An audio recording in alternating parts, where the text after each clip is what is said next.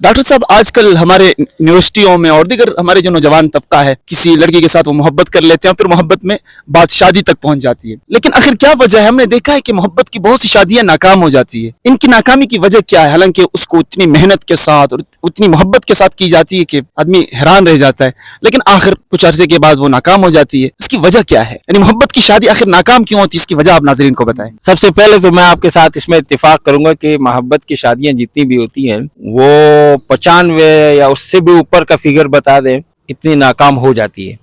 उसकी नाकामी की बुनियादी वजूहात ये है कि बच्चा अगरचे बालिगुल जिस्म है लेकिन बालिगुल नज़र नहीं है। फिक्री नजरियाती तौर पर यह भी बुलूग सिन्न रुश्द को नहीं पहुंचा। सिन्न रुश्द अलग चीज़ है, सिन्न बुलूगत अलग चीज़ है। इसी तरह बच्चे जो हैं, बच्चियाँ जो है वो भी अब भी सिन्न रुश्द को नहीं पहुंच चुकी होती है। बालिग होना अलग चीज़ है। तो ये दोनों कच्ची ज़हनें मिल जाती हैं।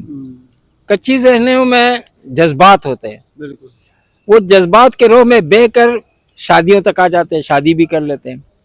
लेकिन बाद में वो चूँकि कोई इसकी बुनियाद नहीं होती, स्ट्रेटजी नहीं होती, फिर ख़ानदानों का मिलाप नहीं होता, फिर ये किसी और मखलूक की है, वो किसी और मखलूक की है, हुआ फ़ी वादिन वही फ़ी वादिन, ये मशरिक़ जहनीत की वो मगरिब जहनीत का, या इस तरह की कुछ चीज़ें आ जाती हैं।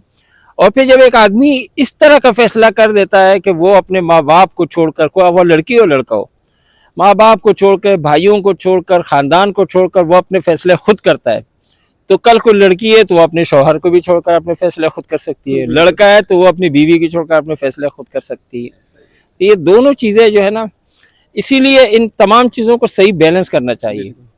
तो ये नाकाम हो जाती है और नाकामी की वजूहात अज़हर मिन अश-शम्स है। बिल्कुल। तो इसलिए नाज़रीन, शादी करने से पहले अपने माँ बाप को ज़रूर उसमें शामिल करे, उन असातिज़ा को शामिल करे, बुजुर्गों को शामिल करे, उनका एतमाद हासिल करे, फिर जाकर शादी करें। वैसे अगर आप अपने ही बलबूते पर शादी करेंगे, अपने वालिदैन को उसमें इन्वॉल्व नहीं करेंगे, अपने बुजुर्गों का मशवरा उसमें नहीं होगा, तो बहुत ज़्यादा चांसेस है इस बात के कि आपकी शादी नाकाम होगी।